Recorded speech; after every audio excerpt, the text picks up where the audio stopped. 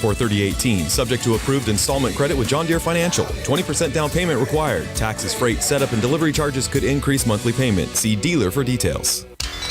Gene Powell Pasture Mowing, 352-629-2440. Our tractor services include bush hog, disking, front-end loader, box blade, and stump grinding. We also have zero-turn mowers for the smaller paddocks, aisleways, fence rows, and lawn care. Fence row spraying is also available for weed control. We are licensed and insured. Gene Powell Pasture Mowing, 352-629-2440, or online at powellgene, Gene, at yahoo.com. Gene Powell Pasture Mowing. Gene is a proud United States veteran. Broadcasting from the Paddock Mall Studios, this is WOCA, Ocala, Gainesville, The Villages, 1370 AM, 96.3 FM, The Source.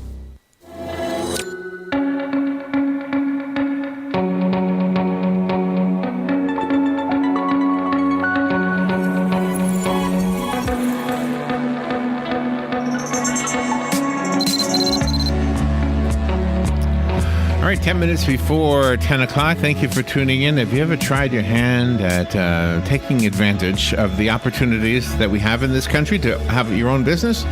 Well, then you're an entrepreneur if you've done that. Kathy Fettke is on the phone. She is a licensed realtor, a certified coach. She was selected as one of America's 100 most intriguing entrepreneurs by Goldman Sachs. Nice. She's the co-founder of and the CEO of the Real Wealth Network, and she's the producer of the television show titled Dream. She's talking to us about a tax incentive program for real estate investors called the Opportunity Zone Program. Kathy Fettke, you are a busy lady. Good morning, Kathy. Good morning. And you're doing radio shows this morning, right? Where are you? Where are you calling from? Well, I'm in California, so yeah, I got up early for you. Oh my gosh! And are you Northern California, like San Francisco? I'm in Southern. Southern, okay. Because we had a story the other day that said that Miami had a neighborhood that was the most expensive neighborhood in the country, but typically we always hear San Francisco is the most expensive place to live, right? You know, they just trade off. They just decide they're going to sell a few more expensive homes, and then that's what makes the list. Oh, okay. And so how long have you been doing this? Well, I've been helping California. I started with helping Californians find investment property in other places because it's too expensive in California for a regular person to buy rental property. And so we actually would come out to your area. We have rental properties in Ocala, in Jacksonville, Tampa, where we help Californians build their retirement, buying those and renting them out. And as you're renting them out and you're not in the area, what is the secret to being a landlord when you're removed from the property like that? Not doing it. So you hire a local property manager. It could be oftentimes a local real estate agent will take that on and become a property management company. But about 5 years ago, Wall Street hedge funds got into the business because they saw all the great deals in housing, after, of course, that they caused the collapse. So they saw all the deals. And as a result, they've really professionalized that part of it. And brought on new softwares, new franchises, new property management companies that are no longer mom and pop. They're real professional. So it's easier now to own property out of state. And Kathy, I'm so glad you're on today. This morning we had this story about scams, and I wanted you to tell the listeners how to know, like when, let's say, a late night TV thing trying to get you to be a house flipper is a red flag thing or a real thing. How do we know which programs are real for somebody just wanting to get into it, maybe dabble in it? Well, there is so much information on Amazon. You can buy 3 books on flipping houses and learn, what you need to know about that. And those books are $20 each. So you don't need to go spend $20,000, $30,000, $40,000 on a boot camp. I would start with a book, and then when you're talking to people, you'll know how to ask the right questions. I'm not saying that some of these training programs are all bad. Some offer very good information, but that may be information you can get for much, much cheaper. One cheaper way to do it is to partner with somebody who's done lots and lots of flips and, split the profit with them. But that way you learn and you're actually making money instead of spending it. And is that what you do? I mean, do you work with people like you just described? Flipping houses that's not for everybody. We like to buy and hold. It's a different kind of investment. Oh, okay. Flipping houses, you get taxed differently. You get taxed like it's your ordinary income, whereas buy and hold, you get enormous tax benefits if you buy and rent and hold it for at least a year. The new tax code gives so many benefits to the buy and hold investor. How about housing and neighborhood recoveries? I mean, Detroit has had such a black mark against them. Are they able to recoup? Oh my gosh, Detroit is our number one city for investing because it's having a massive turnaround. I just brought 200 investors from all around the world to Detroit, and we toured properties there to show what's happening in that city. That's my favorite kind of investment, is going into an area where the city has decided to revitalize. And if you can get in there and in front of the path of progress, you can make a tremendous amount of money if you've got all that momentum going. And then just I think you. Yeah, I didn't mean to interrupt you. Go ahead. I apologize. So there is. I apologize. I didn't want to talk over you. Yeah. Well, I'm just a running stream of information. There's the new opportunity zones that the IRS that was just passed with the new tax bill, and that is giving investors just basically no tax on their profit by investing in certain areas that need revitalization and that have been approved by this program. Well, what I wanted to slip in there, and again, I apologize for stepping on your words.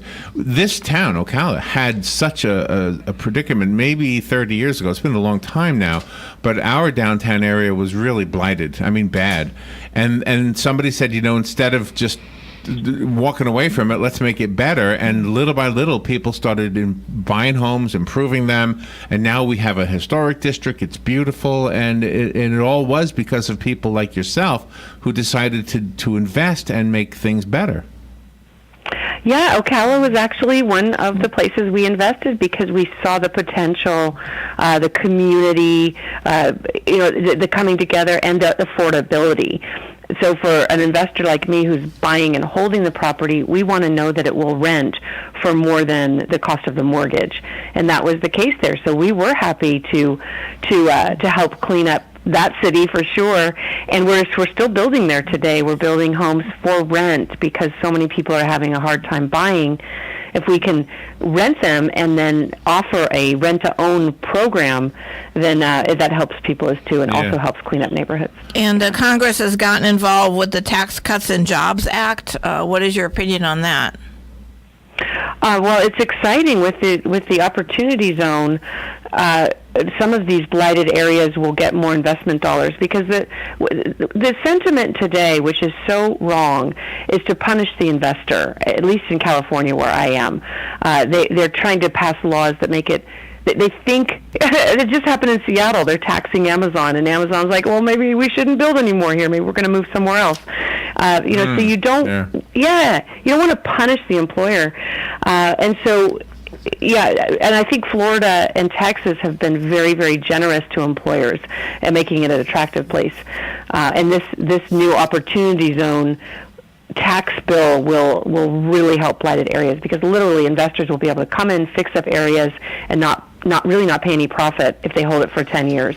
I'm sure you've piqued the interest of anybody who wants to know more about the Opportunity Zone program, so I want to make sure we get that information out there. But I just real quickly, I wanted to ask, does the opportunity present itself to the person buying business property or commercial property? The bill just came out, and to be totally honest, I don't even think accountants or CPAs understand it yet. But yeah, I do believe it's businesses as well that come into these blighted areas and try to improve them. So it's a very exciting time for anybody to become a business owner, especially in these opportunity zones. But you need to be careful because it takes a while for the areas to turn around, and you need to make sure that the city is investing as well. You need that momentum. So smart advice, it sounds like. You had cited the Urban Institute's Brett Theodos with his quote, "We don't have a lack of capital in the United States. We have a lack of connectivity," and that's what you're doing. Thank you. Yeah, that is what I'm doing. I have a podcast like you. You just never know who's listening, and it turns out there's a bunch of people listening to my podcast, and together we are definitely improving America, and that makes me proud. Give us a website so we can learn more, maybe hear your podcast, and maybe learn more about the Opportunity Zone. Sure. The podcast is The Real Wealth Show. And then the website is realwealthnetwork.com, and people can find out about those new homes we're building in Ocala as well. You're still investing in Ocala even today, huh? Today, yeah, we're building new homes for families and who are needing to rent today, but we set up lease-to-own programs so they can become owners in the future. Oh, that is awesome. So it's a win-win. Even the buyers and renters are benefiting from the program. Yeah.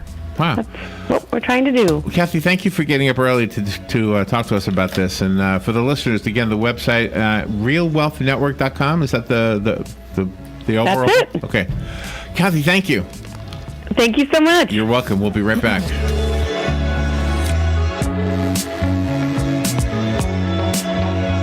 Broadcasting from the Paddock Mall Studios, this is WOCA, Ocala, Gainesville, The Villages, 1370 AM, 96.3 FM, The Source.